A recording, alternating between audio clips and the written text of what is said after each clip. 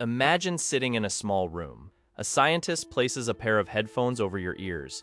A red light glows on the wall. Another person sits in a different room hundreds of feet away.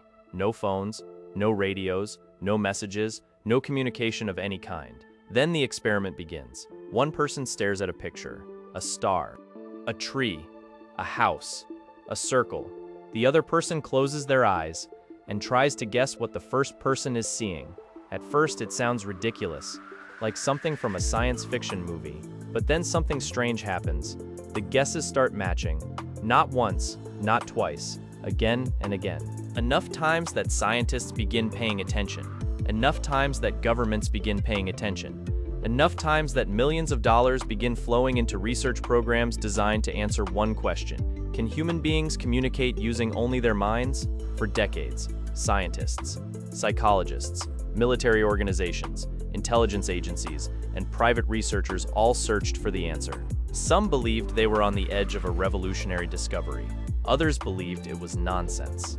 But regardless of what anyone believed, the experiments were real, and some of the results remain controversial even today. This is the story of the experiment that tried to create telepathy. Human beings have always been fascinated by telepathy, the ability to transmit thoughts directly from one mind to another. No language, no writing, no sound, just pure information moving between brains. Stories about telepathy appear throughout history. Ancient religions described it. Mystics claimed to possess it. Novelists imagined it. Scientists mocked it. But the idea never disappeared, because if telepathy were real, it would change everything. Communication, education, military strategy, medicine, technology, the entire world would transform overnight. And during the 20th century, some researchers decided to stop debating the possibility. Instead, they would test it.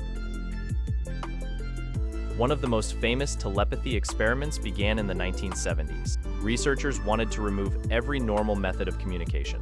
If telepathy existed, they needed conditions where cheating was impossible, so they created something unusual, a special environment called the Ganzfeld experiment. The setup looked surprisingly simple. One participant sat in a comfortable chair. Ping pong balls were cut in half and placed over their eyes. Red light illuminated the room. White noise played through headphones. The goal was sensory reduction. The participant could hear almost nothing, see almost nothing, feel almost nothing unusual. Researchers believed this state might make subtle mental signals easier to detect. Meanwhile, another participant sat in a different room, far away from the receiver. This person was called the sender. The sender was shown an image, perhaps a beach, a horse, a building, a waterfall. For several minutes, the sender focused intensely on that image, trying to mentally transmit it, trying to somehow send the information across empty space. Then the receiver described whatever appeared in their mind. Thoughts, shapes, colors, objects, anything. Afterward, the receiver was shown several possible images. One was correct. The others were decoys. If telepathy didn't exist, the receiver should choose correctly only by chance. But some researchers claimed the success rates were higher than expected, much higher, and that caught attention. This is where things became controversial. Some studies reported results slightly above random chance, not dramatically higher, not enough to prove telepathy instantly, but enough to make researchers curious. Imagine flipping a coin. You expect roughly 50% heads. If you consistently get 60%, something strange might be happening. That was essentially the argument. Telepathy wasn't producing dramatic movie-like results. Nobody was reading entire paragraphs from another person's mind. Nobody was discovering secret codes. Instead, researchers argued that tiny statistical effects appeared repeatedly, again and again and again. Critics disagreed. They argued the effects were too small, too inconsistent, too difficult to reproduce.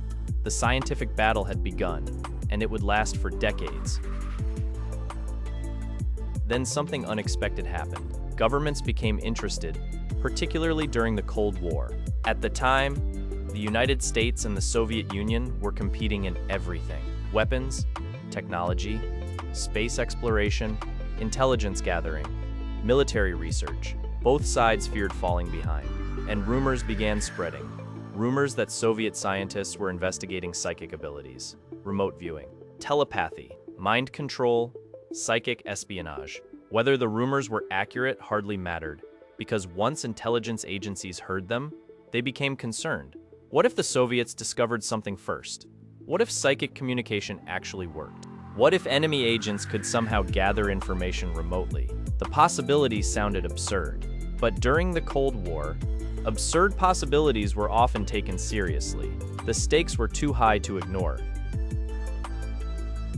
Eventually, the United States government funded a series of unusual programs. Most famous became known as Project Stargate.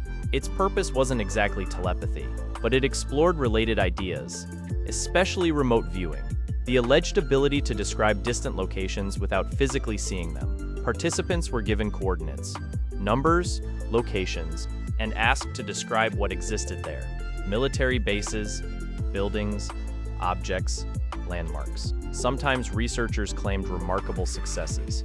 Other times the results appeared completely wrong. Supporters argued the evidence was compelling. Critics argued it was selective. People remembered the successes, ignored the failures. The debate intensified. For years, government agencies quietly continued funding research. Millions of dollars were spent. Scientists collected data. Psychics made predictions.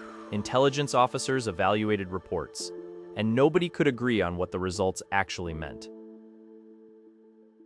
One reason telepathy research became so controversial is because the human brain is surprisingly easy to fool. Humans are pattern-seeking machines. We constantly search for meaning, connections, relationships, explanations, even when none exist.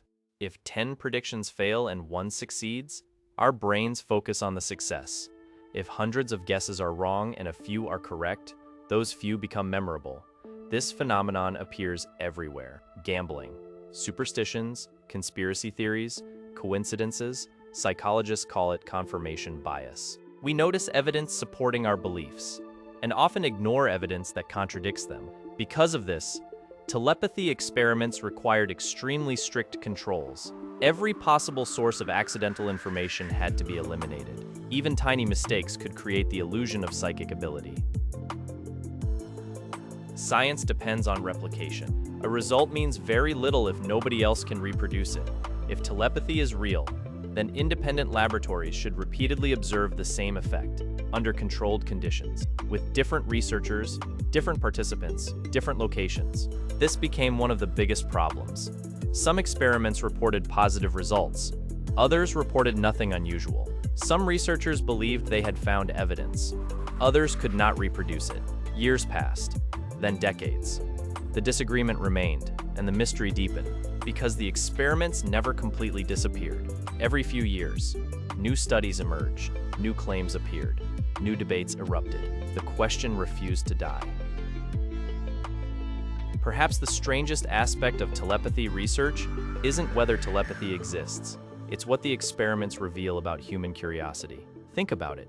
For decades, serious researchers, universities, governments, psychologists, statisticians, and intelligence agencies all devoted time and money to investigating an idea that might be completely impossible. Why? Because if there was even a tiny chance it was real, the reward would be enormous. One discovery could rewrite entire fields of science. Most scientific breakthroughs sound impossible before they happen. Flying machines, space travel, artificial intelligence, computers, all were once considered absurd. That possibility kept researchers interested, even when evidence remained frustratingly uncertain. Today, mainstream science does not accept telepathy as a proven phenomenon. No experiment has provided evidence strong enough to convince the broader scientific community. Most scientists remain skeptical. They argue that extraordinary claims require extraordinary evidence. And so far, that evidence has not appeared. Yet research continues. Small studies still take place. Researchers still publish papers. Debates still occur. And millions of people remain fascinated by the possibility. Because deep down, the idea is difficult to resist. The thought that minds might somehow connect. Thought that consciousness may be stranger than we realize. The thought that something important remains undiscovered. The experiment that tried to create telepathy never produced a clear answer. It didn't prove that minds can communicate across distance, but it didn't completely erase the question either. Instead, it created one of the longest-running debates in modern science, a debate involving psychologists, physicists, governments, intelligence agencies, and ordinary people searching for answers. Perhaps telepathy is impossible. Perhaps it is simply an illusion created by coincidence and human psychology. Or perhaps there is still something about the human mind that we don't fully understand, because despite decades of experiments, millions of dollars in funding, and countless scientific studies, one question remains unanswered. Can thoughts ever travel from one mind to another? Or are we simply seeing patterns where none exist?